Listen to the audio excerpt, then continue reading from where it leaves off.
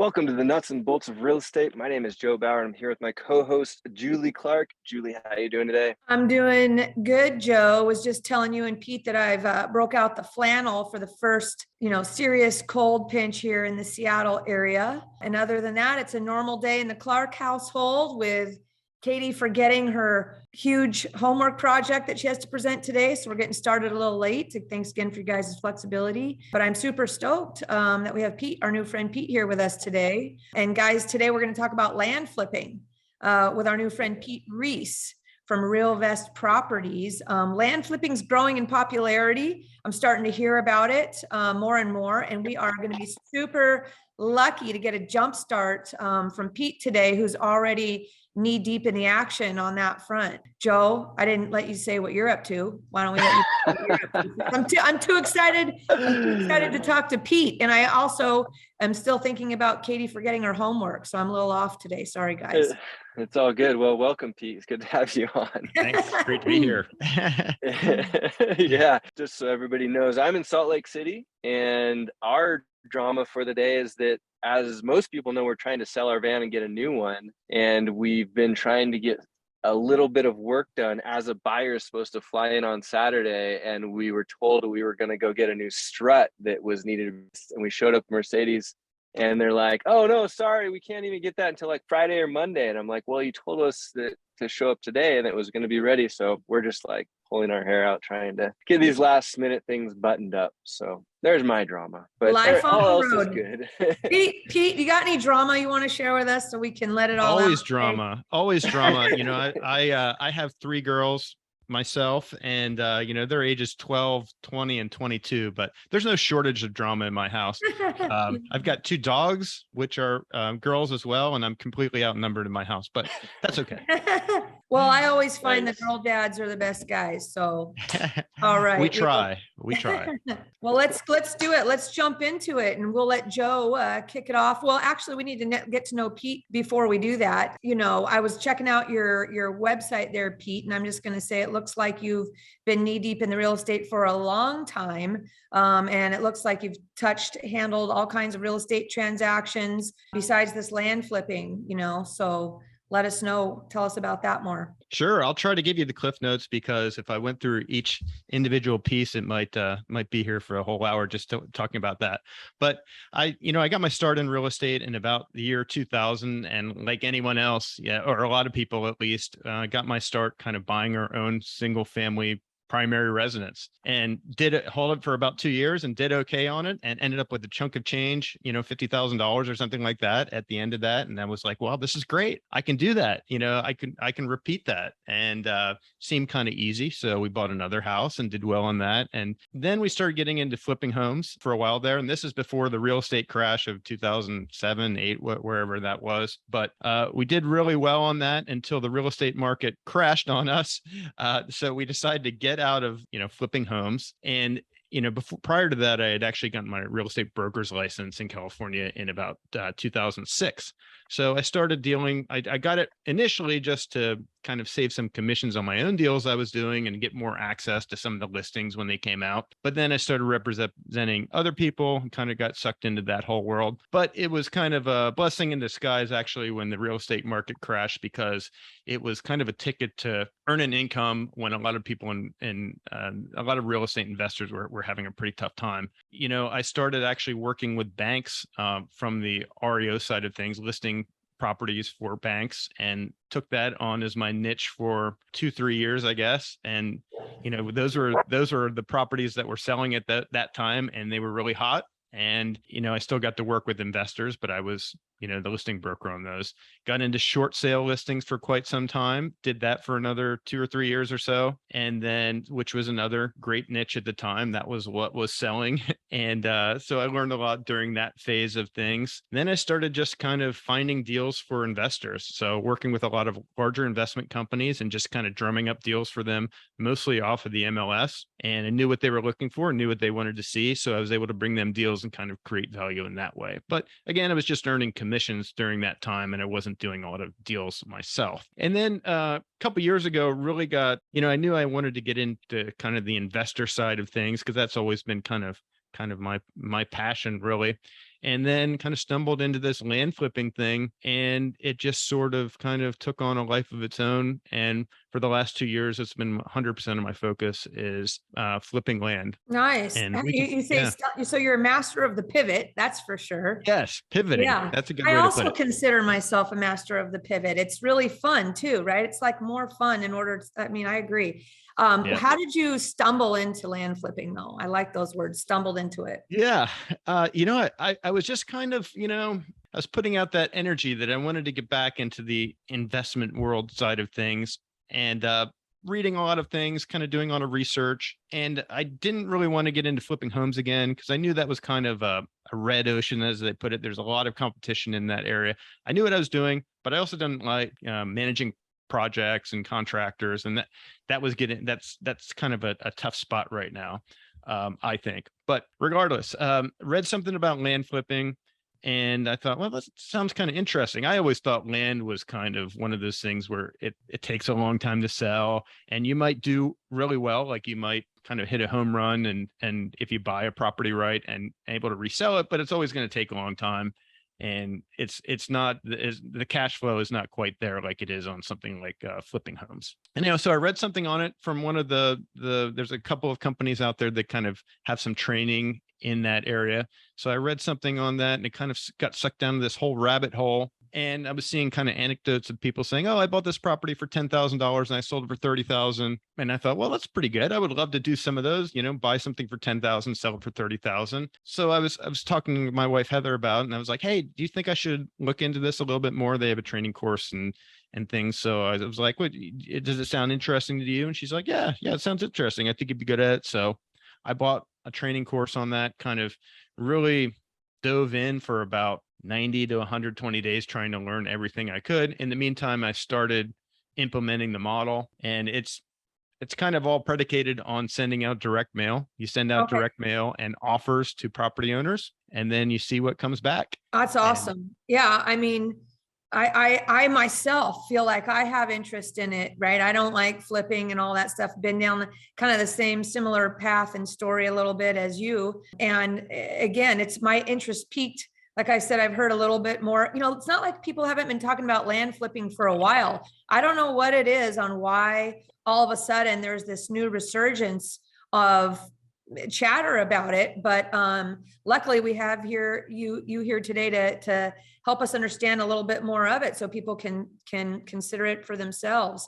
I do have one question where did the name RealVest come from? What's the story behind that? I wish I had some sort of great story. I was looking for something short that kind of sounded like real estate or realty or something like that. I own another domain that I was at one time going to build a business off of that. It was called Realty, but it's all E's, realty.com. So I was like, oh, I could do something kind of similar to that. And then that's where I came up with RealVest. People have thought, well, maybe I'm really a big fisherman or something like that, but no. Like the well, you might be if rod you and reel type thing, but you pick up the right properties, you might end up being a great fisherman if there's some water. Yeah, that's right. Fishing for deals. That's right. So what percentage of your business land flipping today then? Land flipping is in my entire business at this point. Okay. Now, I do kind of preface that as saying that like some of the properties are more of a development play than rather a short-term flip, but it's pretty much all land that we're buying. And sometimes we end up with houses actually, but we thought it was, or at least we contacted the property owner initially because we just thought it was a vacant piece of land. But do you guys have a niche type of property that you go after? Are you looking for, has it be a minimum of 5 acres and have a road within, tell us about that. How do you decide where you're going to market? You have a list. I assume you pull a list. What are the parameters of a list that you pull? What are you looking for? Yeah, all good questions here. And that's kind of evolved over time. So it really, right now, kind of what we're looking for is primarily we focused on larger properties. When I say larger, I say we're looking for properties mostly 25 acres or more in kind of rural areas and areas that are maybe 1 to 2 hours outside of a major population or a city area, something that's not too rural, but something where there's activity and there's some growth in those areas. And yeah, we pull our lists we use a company called Data Tree. It's actually a company owned by First American, and they keep property records on all the different properties in the United States. And we kind of filter our lists by the criteria that we like. We'll pick certain counties that we like in certain states, obviously, and certain acreage ranges. And then we filter out things that are not properties that we'll ever be able to buy. Some properties owned by municipalities, cities, railroad or utilities, things like that. So we kind of scrub all those things out of the list, and then we send out a lot of direct mail. And when I say a lot of direct mail, right now we're probably sending out maybe 50,000 letters a month at this point. Wow. Yeah. So a good amount. So we send out a lot of letters, and I know that there are some others, that do land investing like we do, but they'll maybe focus on more of a targeted list. They'll spend more time and effort in kind of whittling their list down to kind of like their absolute ideal property, and maybe send out less mail, but maybe they get a higher response rate from that list. Sure. Sometimes you just never know what's going to hit. So I'm kind of a big, I know that the amount of mail that I send out or the money that I spend on mail will come back to me, multiple times. So I'm not as concerned with that. Yeah, So, absolutely. Absolutely. It looks like Julie dropped off here. So Don't know what happened. My computer just started buzzing and then it just shut down. I don't know if it's because it's super windy here today or what, but hey, thanks. Sorry about that. Makes it more exciting, right, guys? That's right. That's right. Real life, right? All right. So- Well, let's keep rolling here. Sorry about that. Yeah, no worries. So, I was just going over kind of how we build our list to who we send out for. And at this point, we're looking for a certain acreage range, but we're looking at properties or areas that are within 1 to 2 hours of kind of major population areas. The other thing that's kind of important is making sure that there is activity in those areas, because there's a lot of rural areas in this country, and there are some areas where there are just not that many transactions happening. There are Right. some here and there, but they're kind of dead real estate markets. Not dead, but they're not as active as you want it to be. So I'm looking for areas where there's activity. And even if there is an overabundance of, say, listings to solds, say I look at an area and I see, one particular county or something, I see 100 sales within the past 12 months that are 25 acres or more, but then I see 200 listings within that range. I mean, that's generally not a good ratio, but the fact that there's 100 sales is actually a pretty good indicator that it's a pretty active market. So I know that as long as I pick up as long as I get a decent property and I pick it up for a really good price, then I'll be able to put it on the market and list it under, where the comparable sales are, and I'll still be able to get a sale pretty quickly. Are you actually, you're closing on these, right? And then you're Yes. relisting them? Yeah. Yeah, So this is- exactly. And yeah, we buy them. We buy them with cash, and then we close them and then resell them, put them on the market with normally a local broker, and then resell them right away. A lot of times we'll do things, minor things to the property. Say we'll do perk tests, or we'll get a survey done, or we'll do some clearing for some access, something along those lines, kind of polishing the property up a little bit and make it retailable. Yeah. And I guess maybe the easier question. So the agents are going to the property. It's not all just an online, they actually physically need to go there. And, I would think aerials or the photos, and maybe there's some other shots, but I guess the easier way might be say, what will you not buy? What will you not buy? And that's a good question. I kind of have established a criteria of things that I'm not going to buy based off of mistakes I've made in the past. Now, I've knock on wood at this point, I've never lost money on any of these deals, and we've done many at this point. But it's pretty much now I will never buy a landlocked property, and I have in the past, and I actually made money with it. It was just a really big hassle. They take a long time to sell. When you say landlocked, you mean there's no roads to the property? No roads to the property and no legal access. Sometimes we'll buy a property where it says on the deed, hey, there's a 60-foot right of way leading through, Tom Jones's property to the main county road, something like that. And those are fine because that's deeded right of way access, and that's good. And we can work with that. We can get that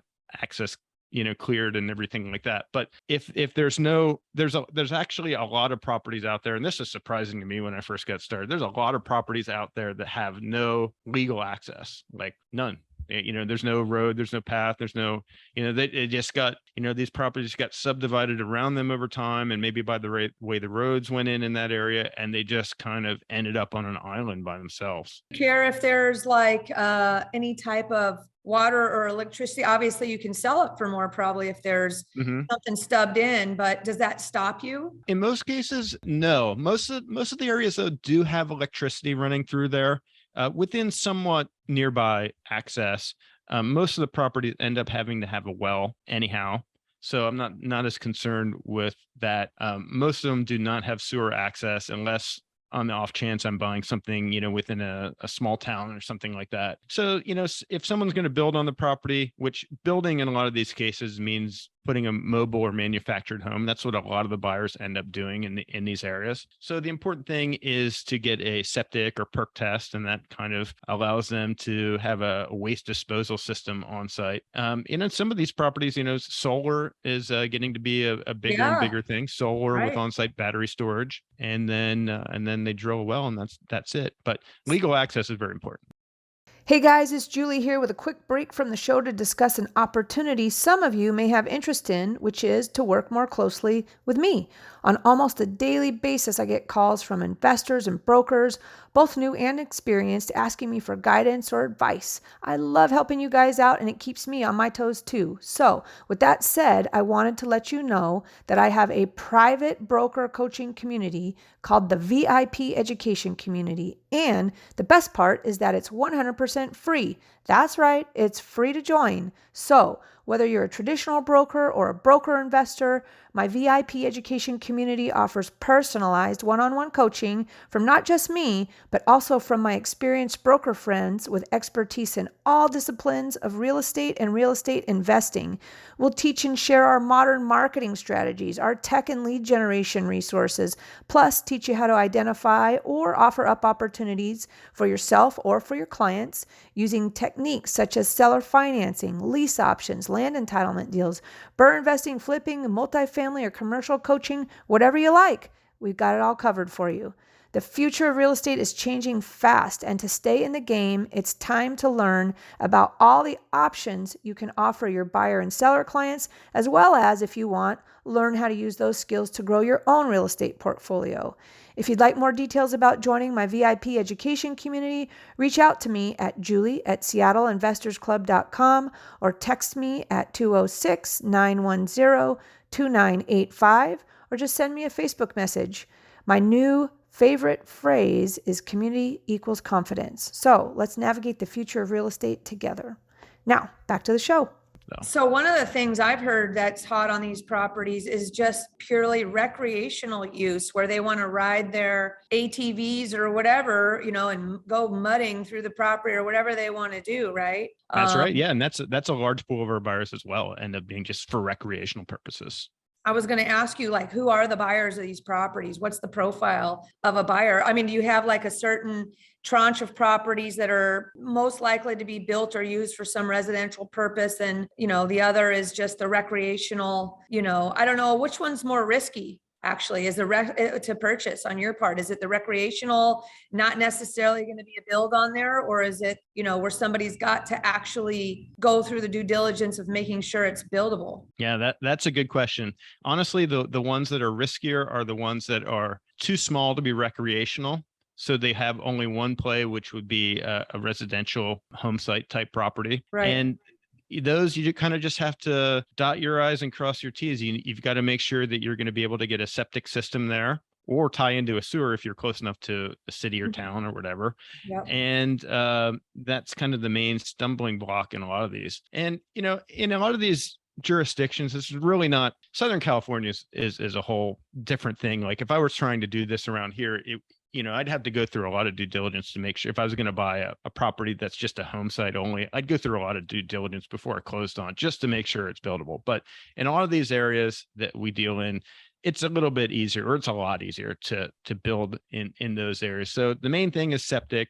And then you're going to have some sort of water source and electricity. Obviously, you could take care of with solar if there's no electricity nearby. But a lot of them do have electricity nearby. So to me, those are the higher risk ones, and the ones that there's a lot of money to be made in those type of properties, but I shy away from them because I like having kind of maybe a dual exit strategy. Yeah. Obviously, a certain property, if it's a nice property, it would be a great home site if they wanted it, but it might also be a great recreational property. Yeah. How much are you trying to pick these up for, like on the dollar? Like if you think, okay, I can resell this for 90,000 or whatever the number is, 50,000, what's your goal to pick it up for? Well, we try to double our money. Okay. So Good. that's Simple. kind of my back of the napkin. If we double our money, that's great. Is that reality all the time? No, but if we buy something for 50,000 and net 75 at the end of the day, that's still a really good return, especially when you consider that our average hold time is about 60 days. Yeah, let's go through like a deal. So you've pulled your list, you know what your niche is, you use direct mail to generate your leads, it sounds like. Not any online. Do you use any type of PPC type of? No, probably an area that I should get involved with, PPC, SEO. Some things like that. But at this point, it's 100% direct mail. And you push them to your website, or? They either come in a number of different ways. We send them a letter with an actual offer amount and, a little bit about our company and the fact that, they can check us out on our website. But a lot of them will just call, and we have a call center that helps us deal with the incoming calls. And then I have a team that kind of takes over from there and works the leads. Awesome. So, What's, with flipping or whatever, single family, the direct mail, went way down there for a while as far as the response rate. I don't know if obviously I think it's probably picking up these days a little bit more, but what is the direct mail response, considering you were a guy that's done all this other business before, much higher with the land than it would be, that you think, for the average investor looking for a flip? Right. Yeah, I think so. Definitely. I mean, the approach is a little different because we're actually offering people a specific offer amount on their property. And I think that's interesting to some people. We get some people calling and saying, oh, you're offering way too low and I would never sell it for that. And it's been my family for 100 years and that's fine. Obviously it's not going to work for all people, but certain people that are sitting on a piece of land that they've never been to, that they may be inherited, that they're paying taxes on every year. It's kind of a nuisance. They may not even live in the same state where this property is located in. It's appealing to them to maybe to just kind of go that route, sell it to someone like us who will close on it quickly, and then we won't hassle them about any details or getting anything done to the property before we close. We'll buy it as is, and it'll be our problem, not your problem. Yeah. But so let's go through it. We're also not going to be the top dollar. So are you finding you have competition these days, as this is? Yeah, there are competitors out there. Yeah. But I think that there are a lot of different ways to kind of run a land flipping business. There are lots of different investors have sort of different niches that evolve over time. Some people really like doing the inexpensive properties. When I say inexpensive, they may buy a property for $500 and sell it for $1,500. That's a great return on investment. Obviously, you're tripling your money, but it's tough to really make substantial income off of that unless you're doing a super high volume. There are other land investors. Flippers too. I mean, not flippers, wholesalers trying to tie them up and assign them. Exactly. Yeah. There are not as many wholesalers though that really understand land. So I get approached by wholesalers a lot, and a lot of times they're overvalued in what they're trying to ask for a property. So I'd love to deal with wholesalers. I wish there was more of a thriving market for that, but it just hasn't really developed at this point. Take us through a typical due diligence. So a lead lands on your desk that's ready to roll. You've sent them an offer. They say, yeah, I'll take that. You have a contingency. You got to sign the contract right away. And then you just have a contingency on and out for your review for, 7 days or something like that. Yeah. So we'll close on these properties as soon as we can get clear title and we finish our due diligence. Normally what we're waiting for is the title. In a lot of these states, it just takes some time for them to research it and everything. And as much as we push to get these things closed, a lot of them end up being, like 3 to 4 weeks, somewhere in that range. So I've got a system built now where all this stuff is on autopilot in my team. As soon as we get a property under contract, it gets assigned to the attorney or the title company that'll start the title work. Got a team member that orders the photography on the property. So we always send out a photographer to the property. Generally, it's a drone photographer that also kind of specializes in evaluating land. So they'll go out to the property, drone photos. They'll also walk the property on the ground, try to find out where the corners are, and write up a little bit of an inspection report. At the same time, too, we're also building relationships with local land brokers, especially the areas that we deal in a lot. We're talking to them even before we get them under contract a lot of times and saying, hey, give us your opinion on this property. Are you engaging though a separate photographer to go to the property? You're not engaging the agent yet until you think it's a deal. I mean, they might be doing a desk analysis, but you're not having the agent go out and take photos. You have like a separate photographer, and you have your own title. Yeah, we pay for. Yeah, do you know the title exactly? company? Yeah, we have our we pay for a photographer to go out to every property. So sometimes a property may not work for title reasons or something else, but so that's kind of a sunk cost. We pay for that. But the agents generally don't go out to the property until it's about to close or somewhere in that range. But they'll give us a desktop evaluation, and we're comfortable enough now that we know what properties are going to work and what is not going to work based off of what we see on the photos and all the research that we can do. So are you just looking for the normal? Is there anything specific on land deals in regards to title that, obviously we're looking for if the seller is actually the seller and their name on title correctly and all the normal, I'll call it real estate agent checks. But as far as the land deal goes, what are you zeroing in on the title report that is going to give you, your green light to continue moving forward? Right. I mean, we kind of look for red flags. Maybe there's some sort of weird easement that we didn't know about. Maybe there's some restrictions on the property that, say we're buying something that we thought was going to be a great recreational property, but, then there's something in the deed that comes up during the title search that says, oh, you can't ride ATVs here or something like that. So we look for those type of things that could throw kind of a big wrench in the gears for the resale side of things. How much does like a perk test or clearing cost typically? Yeah, I'd say a general, most properties would be somewhere in the range of like $800. $800 to $1,000. It's not terrible, but it is an expense and something that we, comes out of our bottom line. And then clearing that's kind of all over the board. I'd say kind of like an average clearing cost where we're, cutting some trails through a property or something like that, maybe $3,000-$4,000. So do you feel, what's your average profit margin on these deals? Average deal right now is we're making about $22,000 per property. Not bad. So I'm trying to bump that up. It's, by buying bigger and more expensive properties. And obviously that will get my average deal size up. And it's kind of a factor too of, some properties are really good. And then some properties were just over break even. That's rare. And I try to learn from those mistakes, but there are some where I've purchased and really haven't made much of anything from them. So the whole exercise was kind of a waste in that way. But I do feel like I've learned some from every single one of those times it's happened, and it hadn't happened that many times. But when it has happened, I try to learn from that and not repeat that same mistake twice. Are you guys just using your own cash or using hard money or private money, or what are you doing? We're using our own cash, but in this business, there are actually people that will partner with you on deals. So there are people that kind of come in as bring the money and you bring the deal, and then you kind of split the profits. Is that a 50-50 so I don't situation, or is that that generally 50-50 or a loan?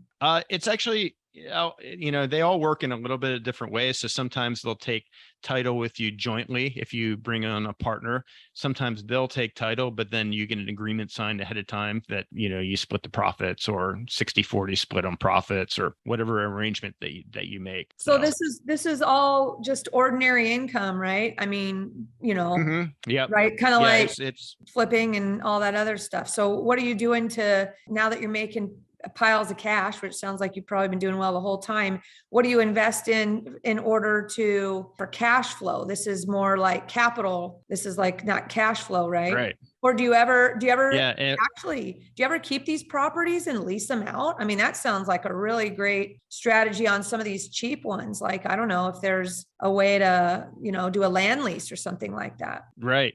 Yeah. There's some things I'm looking into as far as generating income off of these properties. And most of them are related to environmental or energy generation, like solar. Yeah.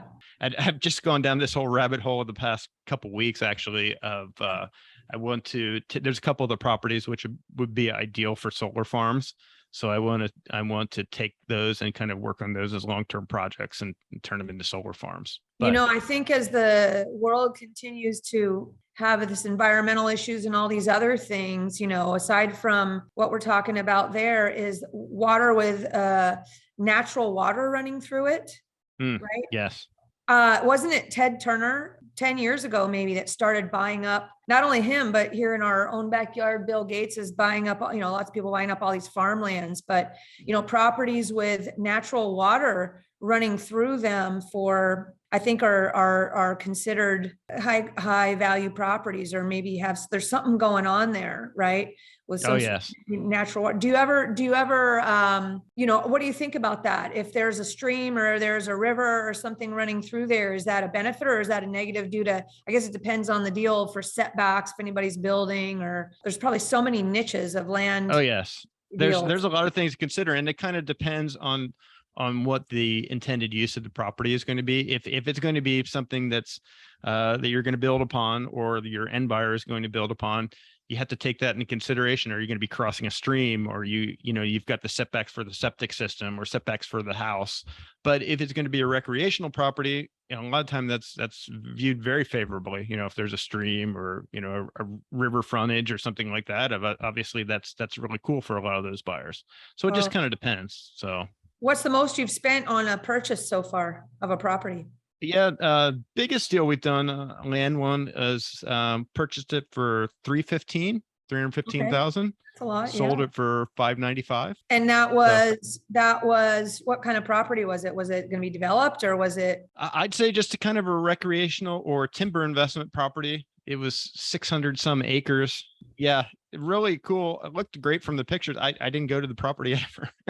But, that is awesome. Yeah, but it was a really cool property, and one of those that I look back on and I'm like, well, probably should have held that one. But what are you going to do? Can't what are you looking going forward? I mean, the market's changed. I assume that's even better for you now with this, inflation and everything that's going on in the market. What are your goals for the next 12 months with land flipping, or whatever else you're going to do in your business to take advantage of this fluctuation in the market? Well, I always have I don't know if you can see, I keep a whiteboard where I keep all my numbers back there, and I'm big on tracking monthly statistics and everything. And I'm trying to hit 4 million in revenue. And this is our second year in the land flipping business, and almost at about 50% gross margin on the deals. Nice. So I'm trying to hit 4 million this year, and next year I think 10 million is very realistic. And I'm just going to keep chugging away at those goals. And as you were talking about a little bit, there's the kind of cash short-term hold type side of things, and then there's the longer term wealth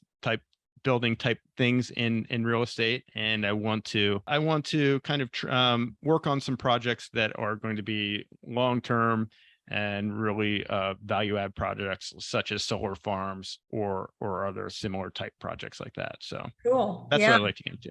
I would imagine there are like big buyers looking for that sort of, almost like we call, like I would say like an iBuyer, like a hedgy fund type of buyer. Yes. That would like to snatch up those. Are there hedge? Yeah, there's big money, and they pay premiums for those projects. Now, right.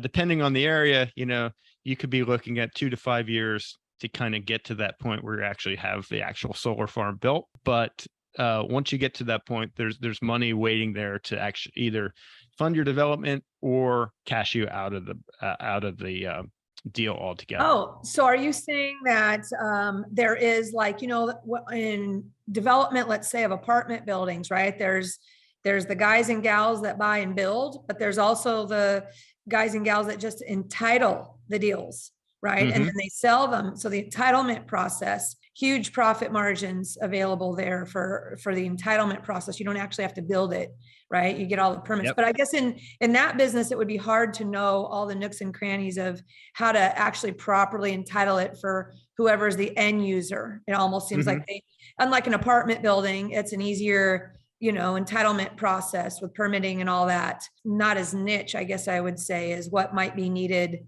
by some of these developers of, some of these solar or wind or whatever we have going on here. Right. Ooh, super cool. Yeah. Yeah, there's a lot of opportunity in that space. I mean, there's huge tax advantages now with the Yeah. Inflation Reduction Act.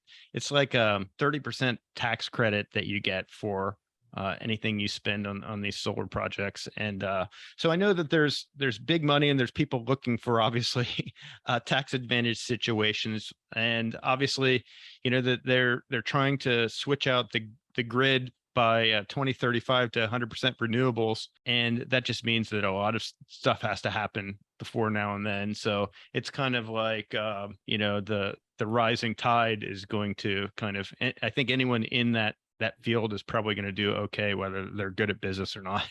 But Are you guys closing deals every month then, or what's your? oh yes, yeah. My goal is to try to hit 10 per month on average. I think so far this year we're probably at about 7 deals per month. Nice. So, and that's resales, and purchases were a little bit higher than that. That's awesome. That is fantastic. So how much marketing are you guys pushing out a month? Are you pushing out like 20 grand worth of marketing every month, or plus minus? Indirect mail? Yeah. Or we're sending out about 50,000 letters per month, which is about $25,000. Right.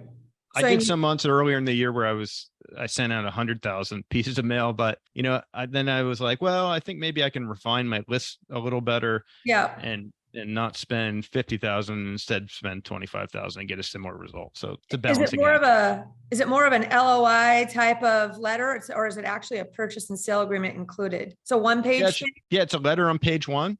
And then page 2 is an actual purchase agreement with the details on their property, the specific terms. It's a real basic 1-pager deal. Nice. And that's how kind of we close all of our properties. Computers crashing, all kinds of stuff. Dogs barking. Well, super cool. Well, what's your favorite tool in your biz? And we'll wrap it with that, and then let people know how they can follow along, or sure. maybe even do some deals with you, right? Yeah, that's right. Well, always looking for, I haven't at this point, but I would love to get into, maybe some of the bigger deals. And if there are, money partners out there kind of looking for more of a passive thing, but looking to kind of take advantage of the upside in the land market, then obviously it'd be great to talk to you. But my favorite, I guess, as far as a tool goes, my favorite tool that we use in our business would be an app called MapRight. And MapRight is specifically made for the land business. A lot of people that are, land brokers, or maybe in the oil and gas market, or professions that need access to land data all over the country, use the tool. And it's perfect for us because we can, I can sit at my desk here in California and look up any property in the country and get a really, really good idea of what that property is all about without, leaving my computer screen. We could see if there's wetlands there, we could see the contours, we can see if there's a FEMA flood zone, we can get all kinds of different satellite images, and just a wealth of data from that. So I don't know. I think it's about $100 a month or something like that. Nice. But for what I do, it's really kind of invaluable. Which markets are you in? Most of the stuff we're doing right now is in the Southeast. We've done, we kind of send out sort of test mail to a lot of different areas, which we think could be good. Some of the areas hit and some of them don't. But so I'd say East Coast and Southeast are our main markets right now. A couple things sort of in the Midwest. Also have done stuff in the Pacific Northwest as well, but that's a little too competitive for me. And in California, we've done a couple deals in California, but it's there's challenges in California. But yeah, California, lots of challenges. Yes. Whatever. Well, good stuff. This is awesome. I feel like we could talk to you forever. Yes, I feel like you we know, could talk forever on this too, but yeah, we might have to have you come back here and check in with you in like 6 months, see how it's going with this love it. change in the market.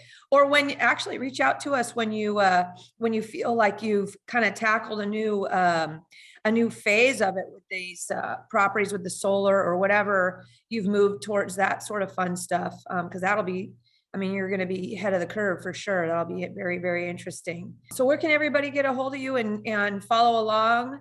I think you're starting a podcast soon. Is that right? Yeah. It's called Turning Profit. So turningprofit.com. And on there will be posted the monthly income reports, and kind of these income reports basically detail the deals that we're doing in our land flipping and developing business, all the purchases we made that month, and the resales that we did, the revenue, gross profit, and lots of other statistics like that. What we learned, maybe what went right, what went wrong, things that we can learn from that we don't repeat. So, and what's your goal? Do you want to start a coaching business with this, or you want to just do deals with people, or what's at this point, we don't have any like immediate plans to do any coaching related to land flipping. Just kind of, want to get more. My goal would be to get more exposure to other investors and kind of network as much as possible. So that's the reason for the podcast. And awesome. we've talked about starting one for quite some time, but just haven't, found the time to do it, I guess. But now we're almost there. I work with an investor that gets deals around the country off market and different business model, but still running into these type of land deals. I have one that's it's not a land deal quite, but I can see that it's in North Carolina in an area called Waynesville, North Carolina. Oh. Which, while we're talking, I'm thinking, boy, that'd be a great spot to be looking for some land deals. But yeah, it is in mind, yeah. Because they're getting this stuff across the US as well.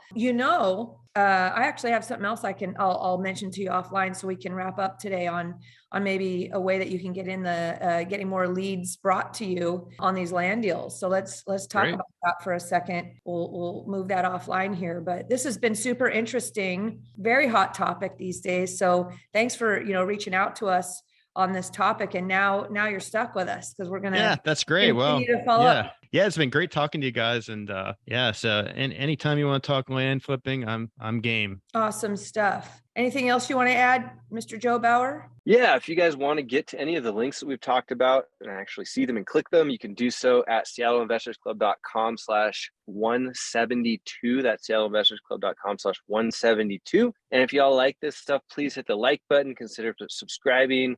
Make sure that you get over to Pete's podcast and subscribe to all that as well. We're all a big happy family here. So thanks for listening. Good stuff. All right, guys, we'll check you next time. Yeah, well, thank you so much. Yeah, hang on for a minute, Pete, because I want to tell you something. All right. See you guys. All right. See ya. Thanks for listening to the Seattle Investors Club podcast. If you have questions that you'd like to have answered on the show, shoot us an email at info@seattleinvestorsclub.com. Now go out, take that action, and build that real estate business. Thanks for listening.